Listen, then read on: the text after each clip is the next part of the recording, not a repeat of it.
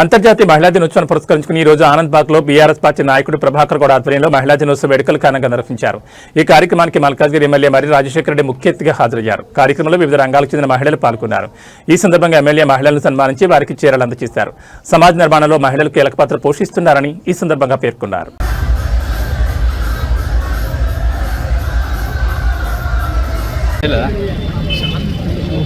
లోపల పోయినాక అవి తీసి పెట్టేసి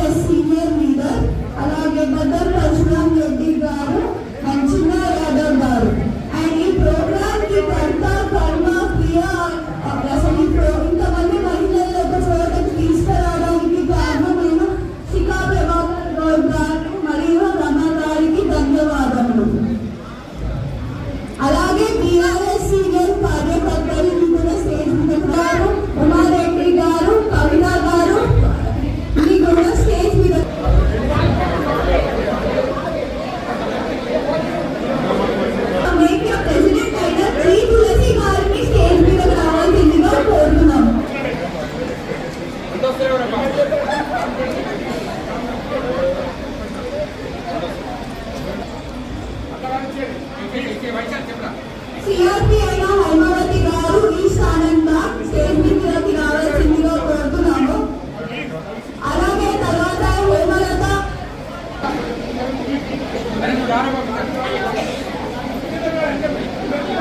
ఆశా వర్కర్ మమతా యాదవ్ ఈ స్టేజ్ మీదకి రావాల్సిందిగా కోరుతుంది గారు కవిత గారు మీ కూడా స్టేజ్ మీదకి రావాల్సిందిగా కోరుతున్నాము. స్వప్న గారు మమతా యాదవ్ అవార్డు కలెక్ట్ చేస్తున్నారు. తర్వాత రంగమ్మ గారు విజయనగర్ అవార్డు కవిత గారు వారి యొక్క అవార్డ్స్ ని తీసుకోవాలని కోరుకుంటున్నాను. క్లాసికల్ డాన్స్ పర్ఫార్మెన్స్ చేసిన శ్రీమతి రమ గారిని కూడా స్టేజ్ మీదకి రావాల్సిందిగా కోరుతున్నాను. లక్ష్మి గారిని కూడా స్టేజ్ మీదకి రావాల్సిందిగా కోరుతున్నాను. ఈ పోరాటం గ్రూప్ తరపు నుంచి ఝాన్సీ గారు, గీతా గారు, మాధవి గారు, కవిత గారు, శ్రీలత గారు, అరుణ గారు, ప్రేమ గారు, హరి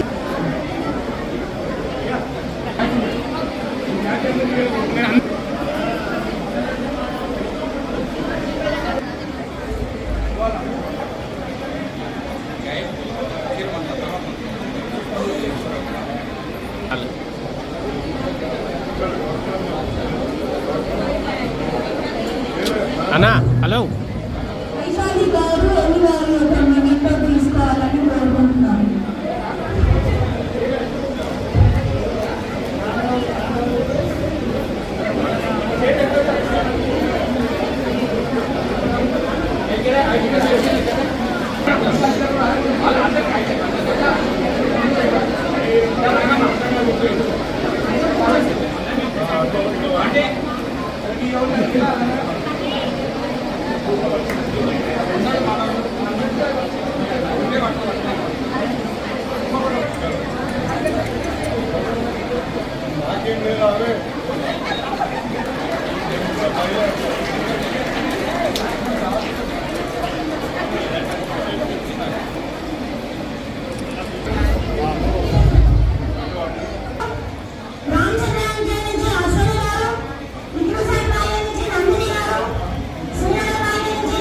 ఇప్పుడు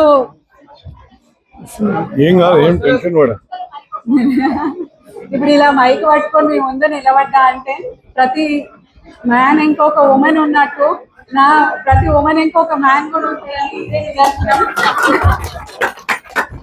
నాకేం తెలియని వయసులో నాకు తెలియజేసి ఇక్కడికి వచ్చినాక నాలో ఉన్న టాలెంట్ నువ్వు అన్ని చేయగలుగుతావు, నువ్వు అన్ని ముందుకు సాగగలుగుతావు అనే ప్రోత్సాహంతో నన్ను ఇప్పుడు ఇలా నిలబడ్డా అంటే ఇదే నిదర్శనం అనుకోండి. ఇంకా సో మీ అందరు కూడా అదృష్టంగా భావించాలి ఇలాంటి ఎమ్మెల్యే గారు మీకు దొరకడం. అండ్ మీరు అన్న అంటే నేను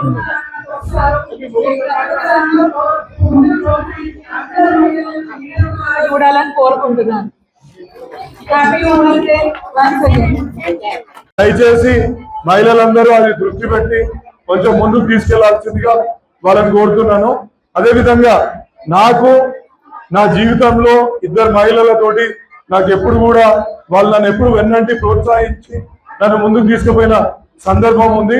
అందులో ముఖ్యంగా మా అమ్మగారు చెప్పడం మూలాన అరుంధతి హాస్పిటల్ అనేది ఒక హాస్పిటల్ నెలకొల్పి అక్కడ ఫ్రీగా వైద్య సహాయం అందిస్తున్నాం. ఆమె ఎప్పటి నుంచో అంటారు, నిజామాబాద్ నుంచి మా అమ్మగారు మా అమ్మమ్మ వాళ్ళది నిజామాబాద్. అక్కడ ఎప్పుడు కూడా ఒక గవర్నమెంట్ హాస్పిటల్లో వాళ్ళు వైద్యం తీసుకున్నప్పుడు చాలా మటుకు ఇబ్బంది పడ్డారు. ఆ ఇబ్బంది పడ్డప్పుడల్లా రాజు నువ్వు ఎప్పుడన్నా మంచిగా అయినప్పుడు ఒక హాస్పిటల్ పెట్టరా, ఇది నా కోరిక అని పదే పదే చెప్తుండే. ఒకసారి నాకు అన్ని రకాలుగా మంచుకున్నప్పుడు హాస్పిటల్ పెడతా అనుకున్నప్పుడు పోయి అమ్మ నేను ఇట్లా హాస్పిటల్ పెడతా అనుకుంటున్నా, నీ పేరు మీదనే హాస్పిటల్ పెట్టాలని అనుకుంటున్నా అంటే ఆమె ఒకటే చెప్పింది, నా పేరు మీద ఒకవేళ పెట్టేడుతుంటే కంప్లీట్ గా ఫ్రీ చేస్తేనే హాస్పిటల్ పెట్టండి, లేకపోతే హాస్పిటల్ పెట్టవద్దు అని చెప్పిందమ్మా అది.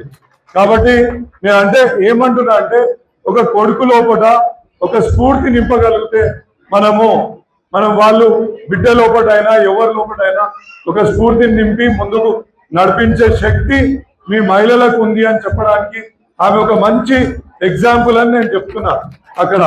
కాబట్టి ఇది అర్థం చేసుకొని కొంచెం మీరు కూడా దయచేసి మీ పిల్లలని ప్రోత్సహించండి. ఆడపిల్లలని కూడా చూడకుండా వాళ్ళని వెన్నంటి ఉండి ముందుకు తీసుకుపోతే తప్పకుండా వాళ్ళకు వరల్డ్ లీడర్స్ అవుతారు అనేది నేను గాఢంగా నమ్ముతున్నాను. అదేవిధంగా నాకు ఇంకొక మహిళ నన్ను ఎప్పుడు ప్రోత్సాహం అందిస్తూ నా వెన్నంటి ఉండి నన్ను ముందుకు నడిపించిన మా మమత 18 ఏళ్ళలో ఒక్క రోజుకి నేను పెళ్లి చేసుకున్నాను. అంటే అండర్ ఏజ్ లో చేసుకోవాలి. మళ్ళా మీరు మహిళలు పోయి కేసు పెట్టగలరా? ఆయన కరెక్ట్ చెప్తున్నా. 18 ఏళ్ళ తర్వాత ఒక రోజు అయినాకనే వాళ్ళ నాయన నాకు ఇచ్చిండు, నేను చేసుకున్నాను. చేసుకున్నప్పుడు వంట వస్తుందా అమ్మ అంటే వంట వస్తుందా అని చెప్పి పెళ్లిలో. మరి డాన్స్ చేయనీకి వస్తుందా అంటే డాన్స్ చేయనీకి వస్తుందా అని చెప్పారు. పాట పాడుతాం అంటే పాట పాడతా అని చెప్పారు. ఒక రోజు ఇంటికి పోతాగా అత్తగారింటికి వచ్చింది. డాన్స్ చేయవచ్చు అంటే ఎవరు చెప్పారు నేను డాన్స్ చేస్తా అని. మళ్ళీ పాట పాడతారు అని చెప్పారు కానీ ఎవరు చెప్పిన అట్లేంటి ఏం లేదు. మళ్ళీ వంట వస్తా అంటే వంట చేస్తా అని చెప్పారు. వంట సరే పొద్దున మరి చెయ్యని చేయతోటి తిందామని నాకు ఒక ఆశగా ఉంది అంటే పొద్దున చికెన్ వండుతా నీ గురించి అని అన్న. సరే చికెన్ వండు అన్నా. పొద్దున చికెన్ వేసుకొని కూర్చున్నా మంచిగా నా భార్య చేతుల నుంచి తిందామని చెప్పేసి అక్కడ కూర్చున్నప్పుడు అలా గంట పెట్టి తీసి ఏముంది నీళ్లు వస్తున్నాయి. ఏందమ్మా ఇదంటే అంటే రసం ఉంటది కదా రసం అని చెప్పింది. రసం పోసుకుంటే దాంట్లో ఏం కనిపిస్తలేదు. మళ్ళా ఒక ముక్క ఉడికిందా లేదా అని చూస్తే ఒకటి ఉడికింది ఒకటి ఉడకలేదు. అయినా ఏమనకుండా తిన్నా. ఎట్లుంది నేను చేసిన సూపర్ ఉంది అని చెప్పినాను. అట్లా తప్పు కదా ఏమన్నా ఊరుకుంటా రాలేకపోతే ఊరుకుంటా వాడతాను. మరి అదే నేను అందుగురించి ఆ రోజే నాకు తెలుసుకొని మహిళల గురించి తెలుసుకొని గమ్మున కూర్చొని ఇక మంచిగా ఉందని చెప్పిన. ఆ రోజు నుంచి ఈ రోజు వరకు అమ్మ నిజంగా చెప్తున్నా ఒక్క రోజు కూడా కొట్లాడింది లేదు.